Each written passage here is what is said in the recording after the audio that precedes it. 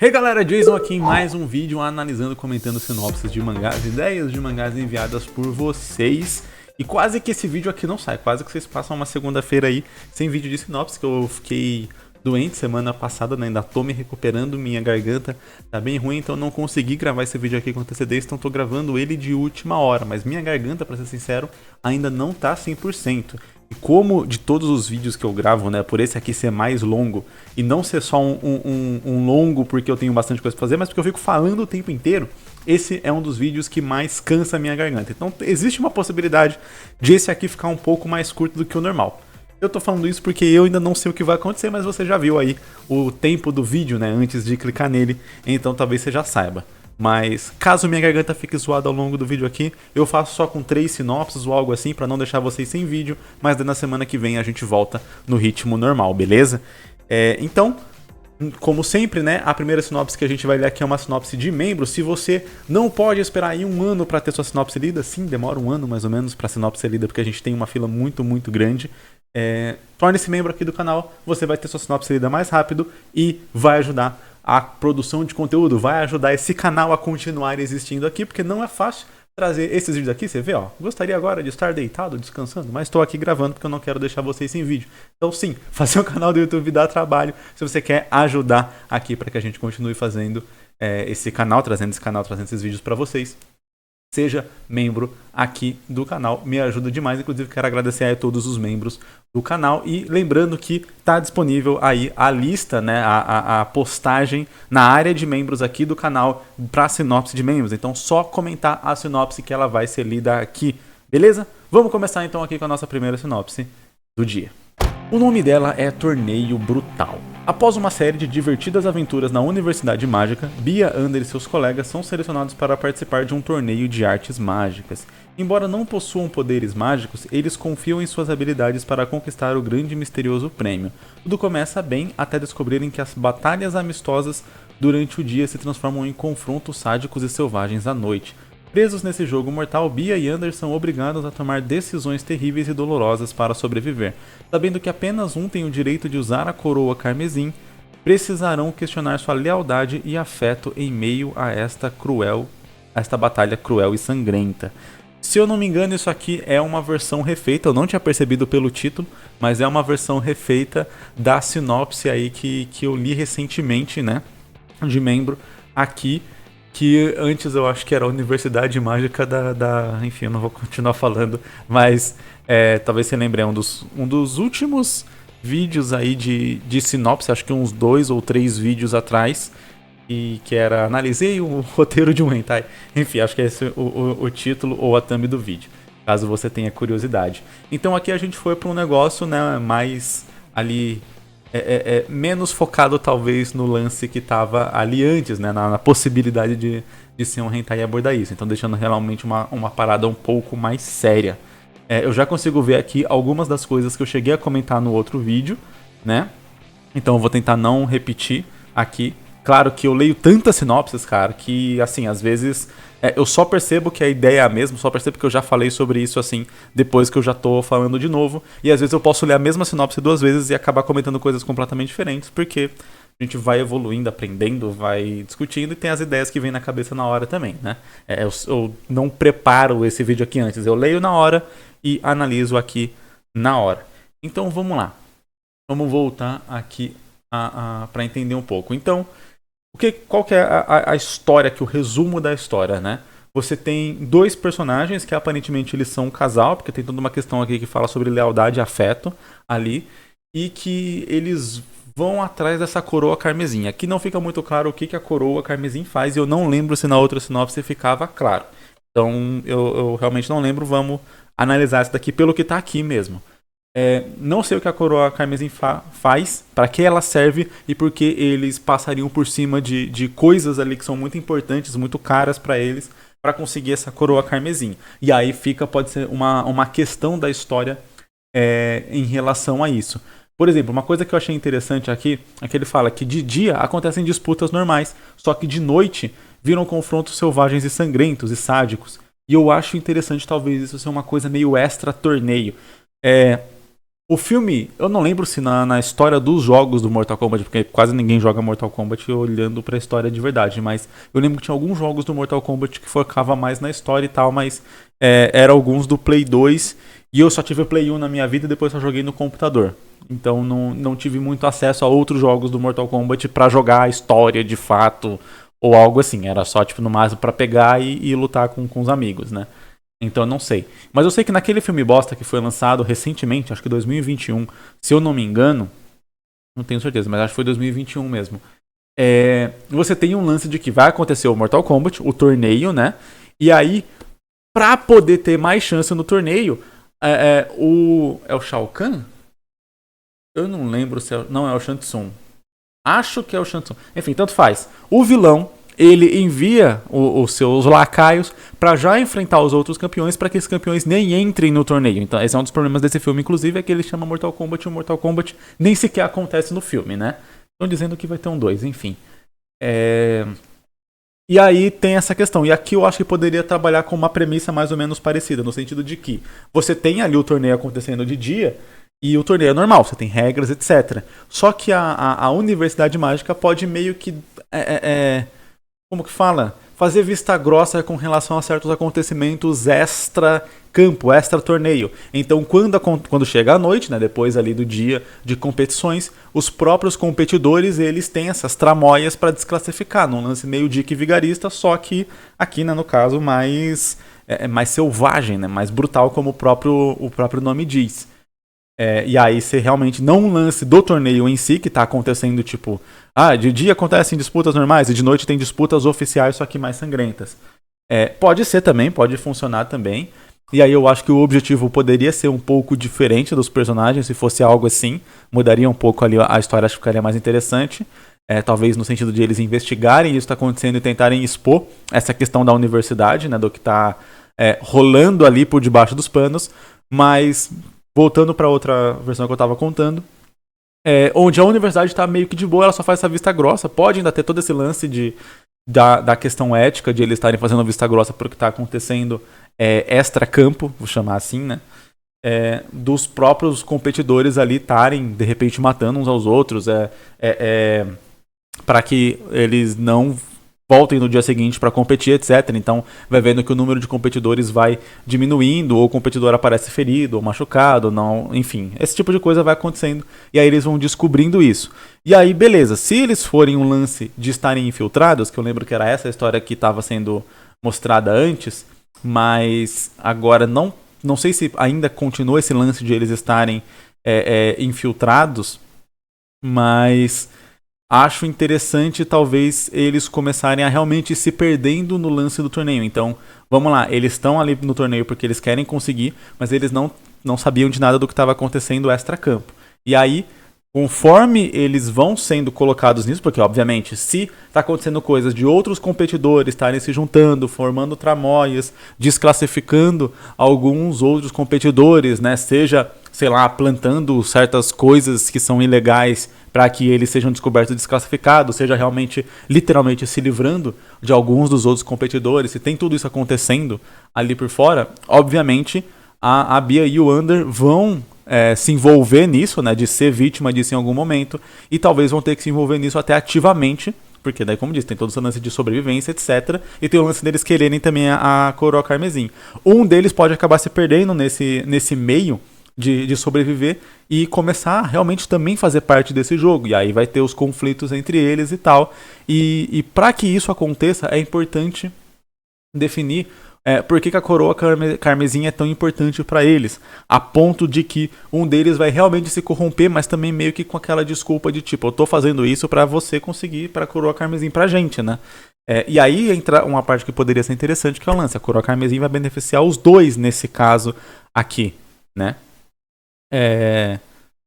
Fala ter o direito de usar a coroa carmesim. Enfim, eu acho que seria interessante algo que beneficiasse os dois, já que eles estão juntos e que eles entraram juntos no torneio. E aí deixaria que mesmo que um personagem se corrompesse ao longo da história, isso não ficasse algo como uma corrupção apenas de ego, de egoísmo, de egocentrismo, mas sim um lance de tipo, Eu gosto tanto, se eles forem realmente um casal, que é o que parece ser. Eu gosto tanto de você que eu tô disposto a me corromper, eu tô disposto a fazer certas coisas que eu mesmo julgo errada, que eu sei que você vai julgar errada, para que a gente possa realizar esse objetivo e que a gente possa, nós, como um casal, como uma dupla, etc., possamos conseguir a coroa carmesim. E aí talvez, sei lá, seja quem for, o outro parceiro talvez não vai concordar e tal, e vai rolar uma competição ali, e fica até interessante, talvez eles se enfrentarem no final, ou algo do tipo, enfim.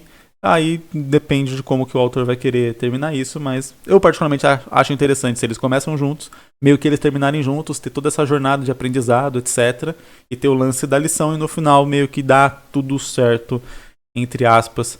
E talvez o verdadeiro grande vilão da história não vai ser tipo um dos próprios personagens principais, mas realmente a universidade, por estar deixando que tudo isso aconteça, uma vez que eles vão ter lucro com isso de alguma forma. Imagina-se que o torneio, né, tá aí para trazer gente para assistir, etc. Que todo torneio no mundo é para isso, é para ter lucro ali com os espectadores do devido torneio. O nome da nossa próxima sinopse é Gomu. O habilidoso detetive Hun é instruído a investigar a morte do imperador do Japão, Naruhito.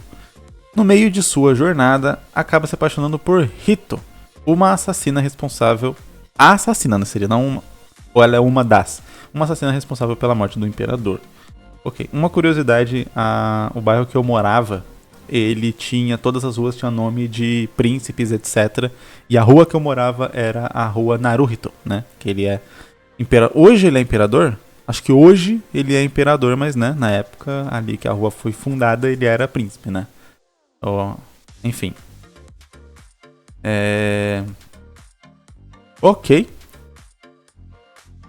Eu fico na dúvida se... Eu acho que essa história é recente, né? Porque o Naruhito é um imperador recente, né? Inclusive, se eu não me engano, eu tenho quase certeza que ele tá vivo ainda. Eu vou até dar uma conferida aqui.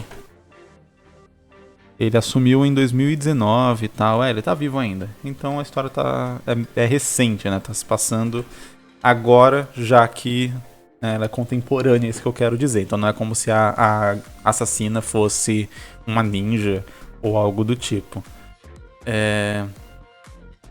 Eu fico na dúvida qual que vai ser a abordagem dessa história, né? Eu sempre comento aqui sobre quando a gente cria uma história, o que a gente está querendo contar de fato.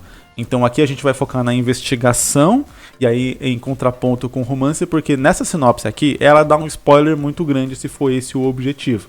E é o fato de que a Hito é a assassina responsável. Claro que tem duas formas de abordar essa história aqui. Uma, onde a gente acompanharia o Hun, ele conhece a Hito nesse processo, e aí ele vai investigando, e aí em algum determinado momento, tanto o Hun quanto a gente, quanto o leitor, vão descobrir que a Hito é assassina, e aí vai ter que lidar com essa questão e tal. Eles estão apaixonados, etc. Enfim, e aí vai ter esse problema para ser resolvido ali na história. Então essa é uma abordagem onde a gente foca mais no suspense, talvez, e a gente deixa tanto o Hun quanto o leitor mais ou menos na mesma página. Outra abordagem de se fazer isso é você mostrar o Hun investigando, ele conhecer a Hito, você já saber, né, o leitor já saber que a Hito é a assassina, e aí o conflito se focar na relação dos dois se aproximando, ao mesmo tempo que a Hito tenta, vamos dizer... eu não esqueci a palavra, então vou falar, dá um perdido no Hun a ponto de que ele não descubra que ela é assassina porque ela quer ficar com ele, ela também se apaixonou por ele, ela quer ficar com ele. São duas abordagens da história que são completamente diferentes na sua execução em si. E isso é uma das coisas, eu vou aproveitar isso aqui para poder falar de algo que eu vejo muito acontecer aqui nos comentários, as pessoas comentarem isso, me perguntarem esse tipo de coisa, e esse quadro aqui traz muito essa dúvida para várias pessoas, que é o medo de expor a sua história, de expor a sua ideia na internet. Uma ideia, ela tem como ser abordada de várias formas possíveis. Eu acabei de ler aqui uma história e fazer duas formas completamente diferentes de executar essa ideia aqui. Ou seja, mais de uma pessoa pode ter essa mesma ideia e executar ela de maneiras completamente diferentes. Então, uma ideia, ela não é nada a não ser uma premissa, uma base, uma coisa ali preliminar inicial para que assim sim possa se desenvolver algo. Então, a sua capacidade de executar uma ideia, de transformar essa ideia numa história com acontecimentos, com personagens, etc. Isso sim é único, isso sim não tem como ninguém copiar, não tem como ninguém fazer. Então não importa se você jogasse toda a trama da sua história na internet, compartilhasse isso ou algo do tipo, ninguém tem a mesma capacidade que você tem de executar aquela ideia da maneira como você imaginou, independente de você ter divulgado isso ou não.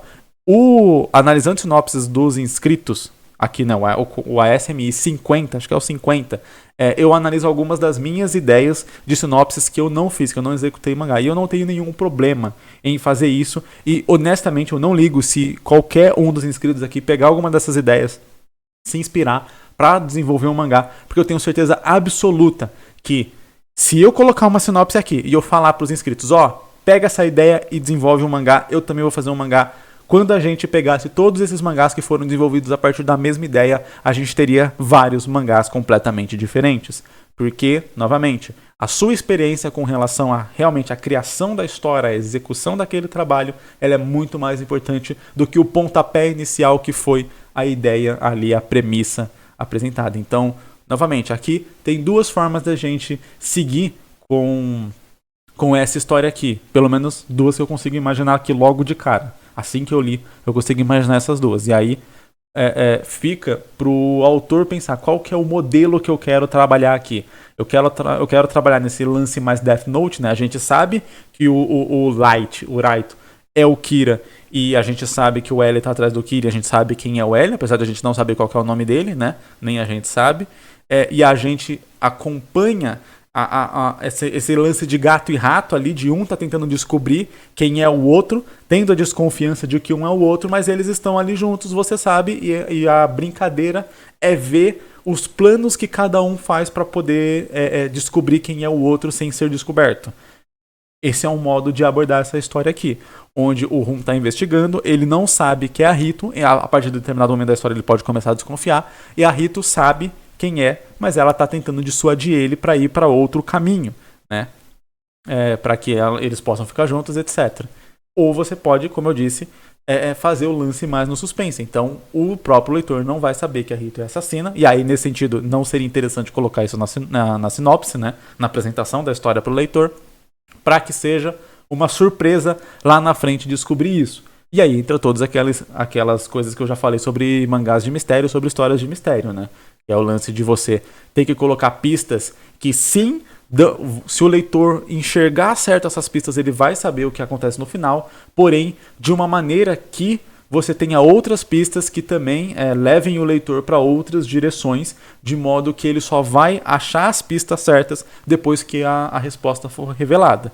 Então é uma coisa muito complexa de se fazer em histórias de mistério assim. Então, novamente, se for o primeiro mangá, talvez a segunda opção, né, sobre o lance mais parecido com Death Note ali, de o leitor saber tudo e você focar só ali na trama entre os personagens, né, seja um pouco mais fácil de fazer nesse princípio, porque realmente você conseguir fazer ali várias pistas que levem o leitor para outra direção, ao mesmo tempo que você tem sim pistas reais ali que levem ele para a direção certa, é algo que tem que ser muito habilidoso para conseguir executar. E aí, novamente, o que eu estou dizendo aqui, independente de eu ter falado aqui sobre esse caminho dessa história, executar isso de uma maneira boa depende única e exclusivamente do autor que vai fazer essa história aqui. Então, eu só dizer, você faz isso, e aí você coloca ele descobrindo no final que é ela, e aí você coloca pistas para que levem para outros personagens, só que você também tem que colocar algumas pistas mais escondidas ali, mas que estão sim disponíveis na história, para que o leitor pudesse descobrir que é ela, porque quando for revelado lá no final que é ela, o leitor vai lembrar de todas aquelas coisas que aconteceram ao longo da história e vai falar, caramba, era ela o tempo todo, como que eu não percebi? Beleza, mesmo falando isso, não significa que você vai conseguir fazer, porque é algo que exige um trabalho muito, muito grande, uma experiência grande também, exige analisar várias histórias de mistério, etc. Os contos do Sherlock Holmes foram muito conhecidos por exatamente conseguir fazer isso, né? Você vai abordando ali todo o mistério, você vai construindo todo o caso criminal ali, e você tem sim as pistas que levam até o final. Mas é só quando o Sherlock dá a conclusão dele do caso que ele explica da onde que ele chegou nessa conclusão, e aí você percebe, putz, é verdade, estava ali o tempo inteiro e eu não percebi. O nome da nossa próxima sinopse é O Príncipe e a Lua. A história se passa no Brasil regencial no ano de 1835, onde existia magia, animais fantásticos e monstros. A história segue a vida de Mael Roy Bittencourt, de 12 anos, um mago em treinamento que passeia pela capital Rio de Janeiro. Após suas aulas de magia e esgrima, no meio do passeio percebe alguém usando magia no pátio.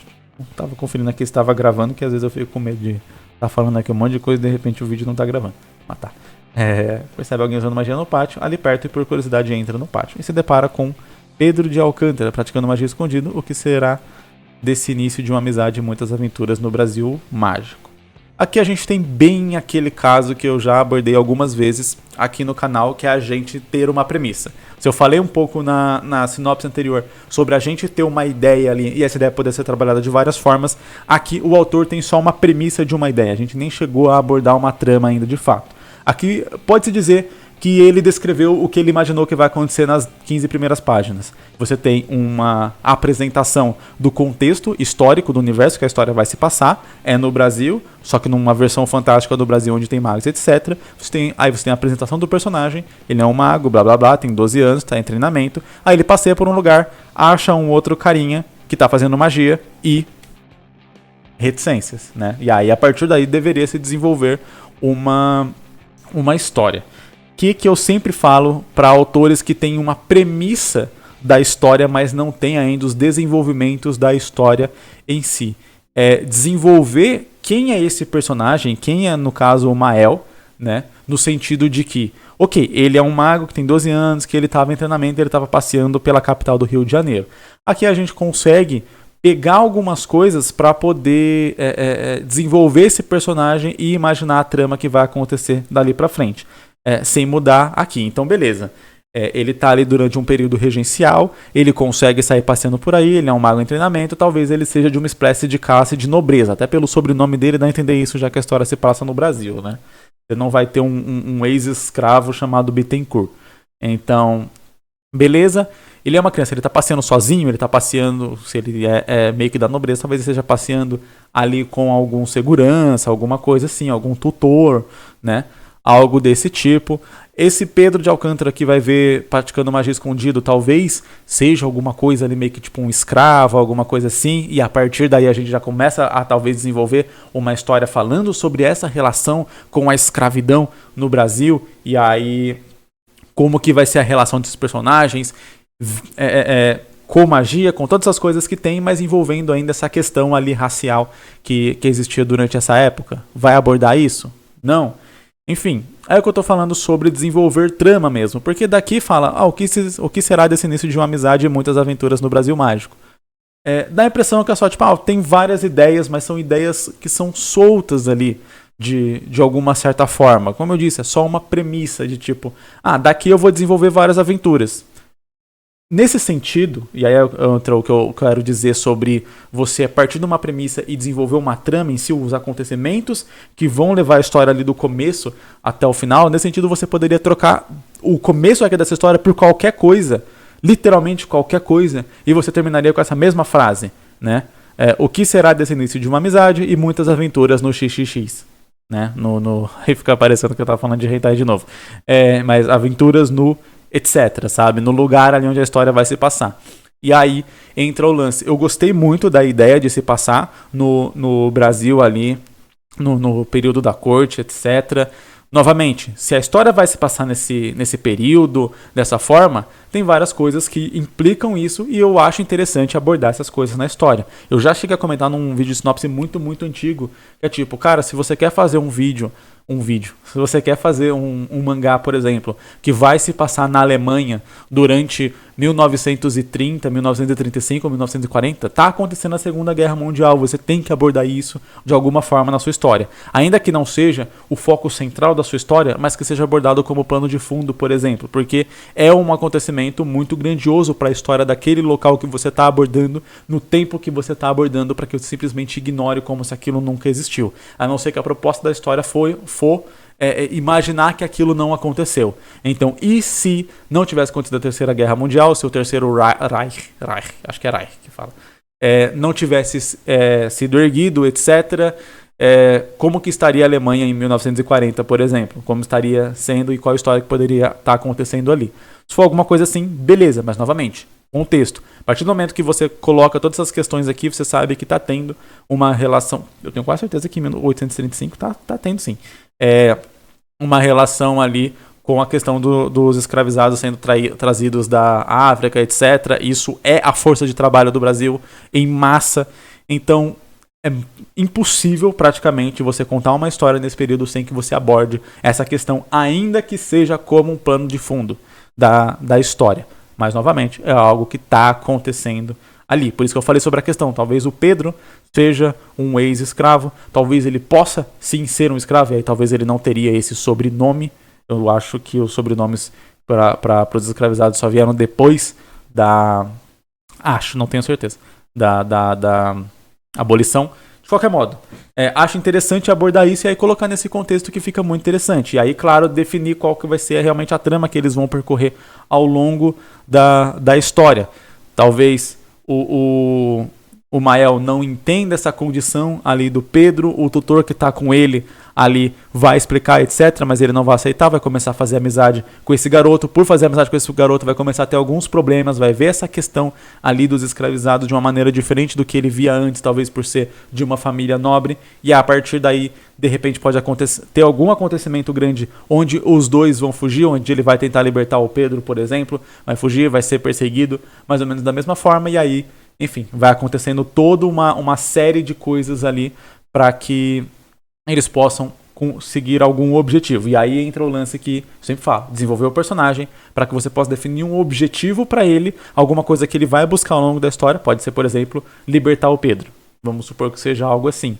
E aí você vai fazendo eles passarem por várias dessas situações. A partir do momento que ele liberta o Pedro, por exemplo, aí o Pedro vai ser caçado, ele vai ser caçado por consequência, de maneiras diferentes, né? O Pedro ser caçado porque foi um escravo que fugiu, o Mael ser caçado, entre aspas, mas não necessariamente caçado, ser tipo procurado pela família dele, porque é um garoto sequestrado, talvez ele foi sequestrado pelo escravo, e aí aborda toda essa questão, e aí tem a questão dos monstros mitológicos, das coisas que quer ser abordada aqui no lance de magia, mas a história vai acontecendo, já estou definindo uma trama mesmo em si. Eles vão fugir dessa galera, vão descobrir algumas outras coisas, vão enfrentar outros perigos ali nesse processo de fuga, de busca, né? Enquanto eles vão aprofundando a amizade deles, de ficarem mais amigos, de ficarem mais próximos, mais companheiros. E aí teria que se traçar mais ou menos qual que seria a questão do final da história, como que terminaria essa história. Enfim, aqui eu não vou abordar exatamente mais como que terminaria essa história, mas é mais ou menos esse caminho que eu iria fazendo para poder definir realmente uma trama direta e não ser só uma premissa para várias possíveis aventuras. Já falei aqui no vídeo sinopse também sobre essa questão de você apresentar simplesmente um contexto ali no mundo e fazer várias histórias curtas com realmente aventuras ali nesse mundo, que pode funcionar, mas de qualquer modo não muda o fato de que essas aventuras têm que ter uma trama bem estabelecida, no sentido de... independente de ser uma aventura solta no contexto de um mundo maior que você já criou antes, você vai ter que passar por todas as mesmas características que você teria que passar numa história normal. Seria a apresentação dos personagens envolvidos naquela aventura, desenvolvimento dessa aventura, possível reviravolta nessa aventura e conclusão do objetivo dessa aventura. Então não dá só para simplesmente jogar o personagem em certas aventuras, porque aventuras são legais e eu quero contar aventuras. Tem que fazer toda essa estrutura para que a história faça sentido, para que você consiga entender por que o personagem entrou nessa aventura, o que ele quer fazer nessa aventura, quais são as dificuldades, quais são os problemas que ele vai ter que enfrentar, por que ele vai enfrentar esses problemas, porque ele quer alguma coisa, então, novamente, e aí a gente vai desenvolvendo isso até chegar no final ali. Ainda que sejam várias aventuras e que a ideia seja essa, aventuras desconectadas uma da outra, sem ter realmente uma linha guia para a história inteira, que é o que geralmente eu costumo falar aqui, ainda assim a premissa, o modelo a ser trabalhado é o mesmo, não muda nada nesse sentido. Vamos então para a nossa última sinopse, mas antes de começar ela, eu vou fazer aquele jabazinho aqui do Jornada do Mangaka BR. E para você que está assistindo esse vídeo até aqui, que acompanha todos os ASMR aí toda semana, eu tenho certeza que você tem muita vontade de conseguir de fato fazer o seu mangá. E eu sei que muitas pessoas travam exatamente nessa etapa aqui do começo, né? Você tem uma ideia ali, mas a partir dessa ideia, a partir desse texto inicial, né, que você tem aqui, você não sabe como desenvolver uma história de verdade a partir disso, você não sabe as etapas realmente para fazer isso, como abordar. Tem 1 milhão de dúvidas que surgem, porque fazer um mangá é uma coisa extremamente complexa no sentido de etapas, de coisas que você precisa saber fazer para isso, né? Não é só desenhar, não é só fazer um roteiro qualquer, você tem essa questão de objetivos, você tem essa questão de desenvolvimento de personagem, de análise de comportamento humano, você tem a questão de quadros, de falas, de definição, de escolha de cena, de narrativa, de composição ali da cena, de construção do seu universo. Fora as partes técnicas, né? Que é tipo tamanho de página, modelo para poder fazer a impressão ali com qualidade, quais são os papéis para você poder fazer isso, quais são os materiais necessários para você usar, quais são os formatos de balão e o que cada um formato de balão quer dizer para o seu leitor, o que ele passa de mensagem para o seu leitor, quais são as fontes ideais para serem usadas ali na sua história, de maneira que você não vai ter problema com direitos autorais ou algo do tipo. Enfim, são várias questões técnicas ali que envolvem a criação de um mangá que não são de fato nem um pouco intuitivas, e eu posso dizer que eu mesmo demorei anos e anos, 10 anos aí fazendo mangá para conseguir absorver boa parte delas, e eu tenho certeza que eu tenho muito ainda o que aprender em relação a fazer um mangá, a melhorar um mangá, a fazer da maneira mais correta possível. A gente vai aprendendo cada vez mais, porque simplesmente não existe aí uma faculdade que ensine a fazer isso aqui no Brasil, né? Se eu não me engano, tem faculdade de mangá no Japão, mas ainda não é algo acessível aqui pra gente estar no Brasil. Então, na falta de uma universidade de mangá de verdade, eu criei a minha própria escola de mangá, que é pra mostrar tudo que eu aprendi ao longo desses 15 anos, acho que se bobear até mais, de 15 anos aí fazendo mangá.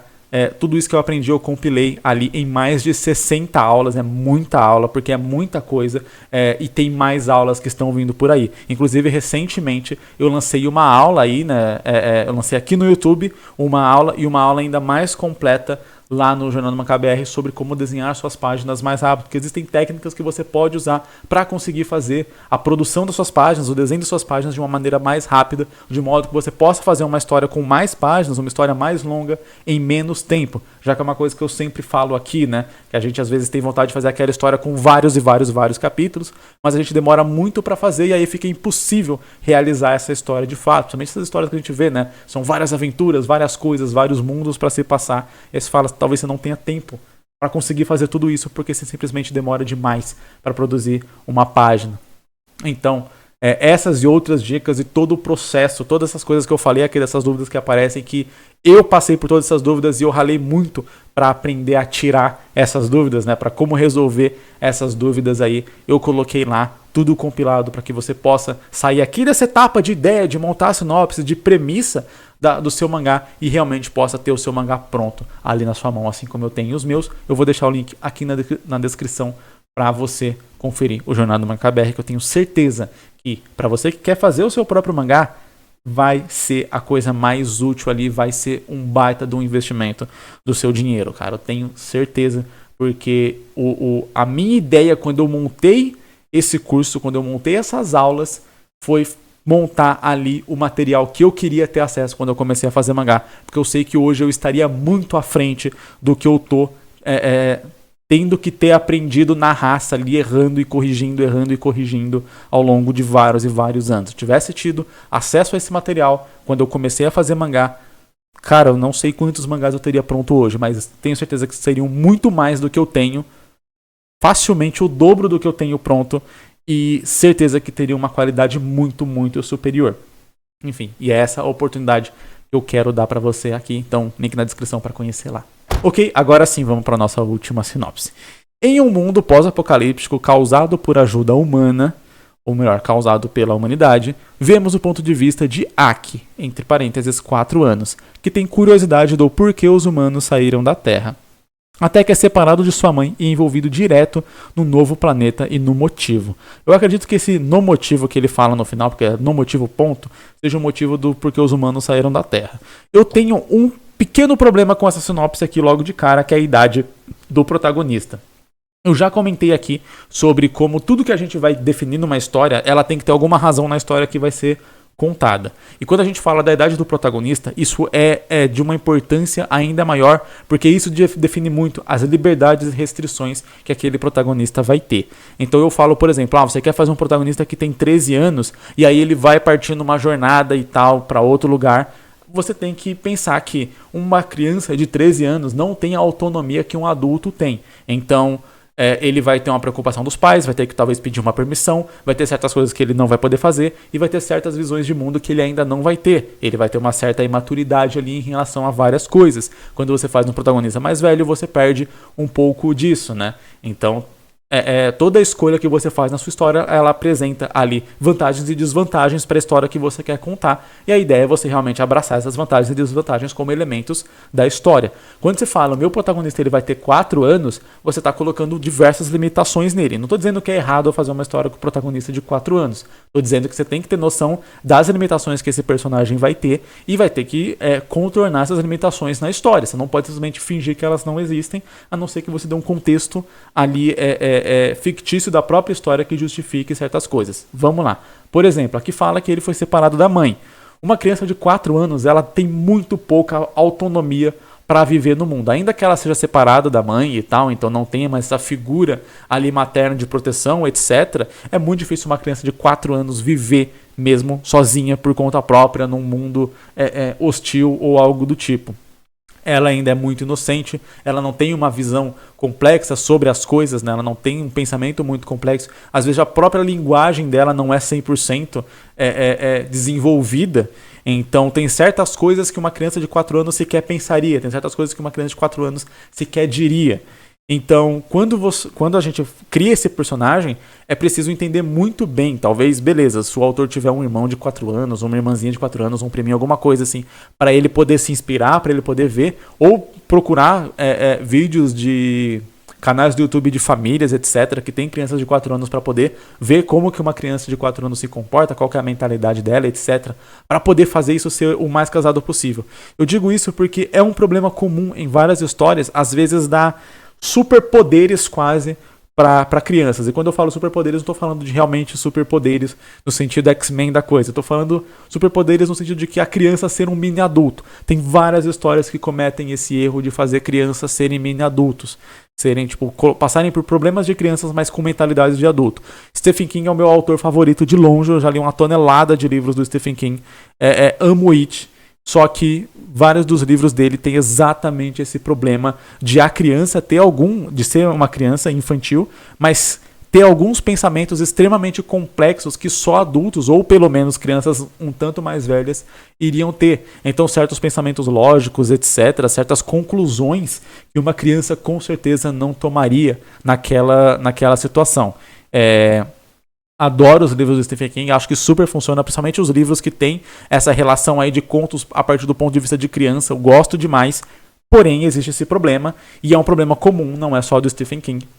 Várias histórias passam por esse problema de você levar as crianças na história como se fossem mini adultos. Claro, considerando que a gente está num mundo pós-apocalíptico, pode-se dizer que existem mutações, etc., ou coisa do tipo, dá para se dizer que existe uma tecnologia que as crianças que nascem nesse mundo aí, elas já são mais avançadas. Então ele tem 4 anos, mas ele tem a mentalidade de uma criança de 8, por exemplo, de uma criança de 10, por exemplo. Ele só é um baixinho, cabeçudinho, como uma criança de 4 anos seria.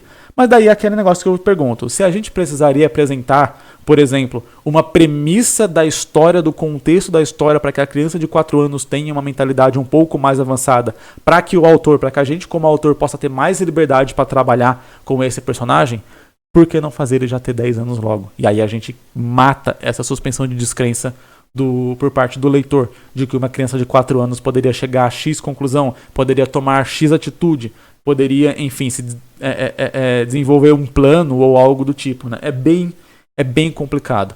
Claro que dá pra você fazer, ela é um pouco mais inteligente que a média, ela é um mini gênio e tal. Dá pra fazer isso, mas daí você teria que colocar ela em contraste com outras crianças de 4 anos que se comportariam, aí sim, como crianças de 4 anos, para que você pudesse entender. Não, esse protagonista que é diferente não é um erro da história, é uma escolha. Porque, enfim, Existe, inclusive, esse é um ponto interessante pra gente falar aqui. Existe uma coisa muito comum no meio de criação de histórias ou algo assim, que é tipo o famoso, isso aqui foi intencional. E isso é muito perigoso, porque sim, várias vezes são intencionais, mas várias vezes parecem ser usados como muletas para corrigir erros. Então, a pessoa cria que o protagonista de 4 anos, não estou falando que esse aqui é o caso, é só um exemplo, cria o protagonista de 4 anos, ele se comporta como se fosse uma criança de 15, como se fosse um adolescente, né? Então, em questão de maturidade, de ideias, de planos, de conclusões, enfim, de todas as coisas ali que o personagem faz, até de autonomia, né, em relação a poder viver, né, no mundo, enfim. Se comporta mais velho, e aí o autor fala. E aí quando confrontado com esse negócio de tipo, mas seu personagem não parece ter 4 anos, uma criança de 4 anos não se comporta assim. Ele fala, não, mas foi intencional para mostrar que ele é avançado, porque ele perdeu o contato com a mãe, então ele foi criado ali meio que nas ruas e acabou aprendendo várias coisas e ele é mesmo inteligente. Se isso não fica claro na história, então, independente de ser intencional, você errou como autor, sabe? Então, eu estou usando esse exemplo aqui da história porque a gente está falando de uma história onde o protagonista tem 4 anos. Mas isso serve de várias formas na história. Então, quero mostrar que esse personagem ele é um gênio, quero demonstrar que esse personagem ele é muito forte, ou algo do tipo. É interessante que você coloque na própria história um contraste que mostre que aquilo é intencional, para que o seu leitor não considere isso como um erro e você precise dizer, não, mas foi intencional fazer isso.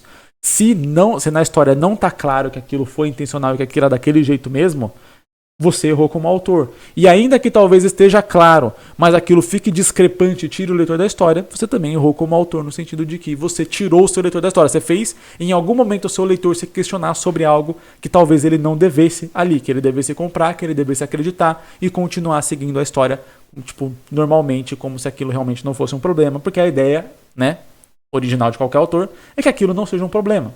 Se você toma uma decisão intencional na história que é discrepante em relação à realidade, você precisa, de algum jeito, dentro da história, demonstrar que aquilo é discrepante em relação à nossa realidade, mas que cabe naquela realidade ali. É aquele negócio que a gente fala sobre suspensão de descrença em alguns filmes e muita gente, às vezes por ignorância no sentido de má fé, acaba levando, tipo assim, você não acredita, por exemplo, que um personagem humano ali morreu numa queda de moto. Você fala assim, caramba, essa queda de moto era pra ele ter morrido e ele não morreu.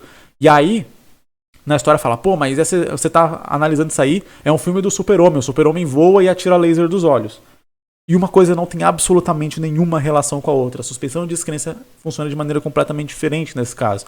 Na história apresenta a premissa de que o Super-Homem, por exemplo, é um alienígena que solta laser pelos olhos e que ele voa. Mas nessa história tem humanos normais. E a gente sabe que humanos normais, se caem de um prédio, eles morrem, né, senhor John Wick? Enfim, então isso daí é um lance de suspensão de descrença. Novamente, no John Wick é apresentado um terno que você pode tomar uma bala queima-roupa e ele não vai sofrer nenhum dano ali, no máximo talvez um roxo, alguma parada assim, mas não vai ser um tiro que vai perfurar ele. A história apresenta um contexto onde isso é real, onde você fala, beleza, isso eu consigo acreditar porque a história está me apresentando esse contexto que isso é real. Mas quando ele cai da droga de um prédio, não é de um sobrado, não é de 3 andares, ele cai de cima de um prédio, se arrebenta todo e tá vivo no final. Aí você fala, caraca, ninguém sobreviveria a essa queda. E aí o pessoal pode falar, não, foi intencional. Foi intencional, mas você não consegue acreditar, você não consegue comprar essa ideia. Aí precisaria ser adicionado no contexto da história, de alguma forma, algo que justificasse por que ele sobreviveu a essa queda. Cai na água, né? Vários filmes têm isso, o personagem cai de um lugar alto, mas daí ele cai na água. Você fala, beleza, consigo acreditar que ele caiu na água, vai ali se arrebentar porque ele bateu em várias coisas enquanto ele estava caindo, mas no final das contas ele caiu na água, afundou ali e não teve esse problema. Então, quando a gente está fazendo uma história, é um exercício muito grande de você conseguir colocar as coisas que você quer colocar na sua história, mas de um jeito que não tire o leitor daquela história, para que eles realmente acreditem em tudo que você está contando. E quando algo parece absurdo, é importante que seja adicionado na história de alguma forma algo que justifique aquele absurdo estar acontecendo, para que o seu leitor não fale, nossa, isso é um absurdo. Ele só continue lendo normal, como se nada tivesse acontecido. Tá batendo um sol aqui na minha cara, então vamos encerrar o vídeo. Até consegui fazer todas as sinopses aqui normal, minha garganta não me destruiu. Espero que o vídeo tenha sido de boa pra assistir, mesmo com minha garganta arranhando um pouco, não tão boa assim. Obrigado para você que chegou até aqui. Deixe seu like aqui embaixo. Deixe nos comentários também aí as suas próprias ideias de sinopse, as suas próprias ideias para os autores que a gente viu aqui. As sinopses nos comentários aqui, só para deixar claro, eu não leio. Se você quer mandar sua sinopse, tem o processo aqui na descrição, como que você faz para mandar sua sinopse. Mas se você quiser comentar sua sinopse aqui, para que outros inscritos, outras pessoas possam ler e comentar e ajudar e conversar sobre isso, fica à vontade. É legal fazer esse ambiente aqui para que vocês possam interagir entre si também e se ajudar. E aproveita que você tá aqui embaixo comentando, lendo os comentários, deixando o like e dá um clique aqui no link da descrição do Jornada do Mangaka BR, que eu tenho certeza que você não vai se arrepender. Não só não vai se arrepender, como você vai gostar demais ali de ver esse conteúdo, porque ele vai te dar o passo a passo para você conseguir fazer o seu próprio mangá. Valeu pra você que assistiu, vejo você no próximo vídeo. É nóis, falou!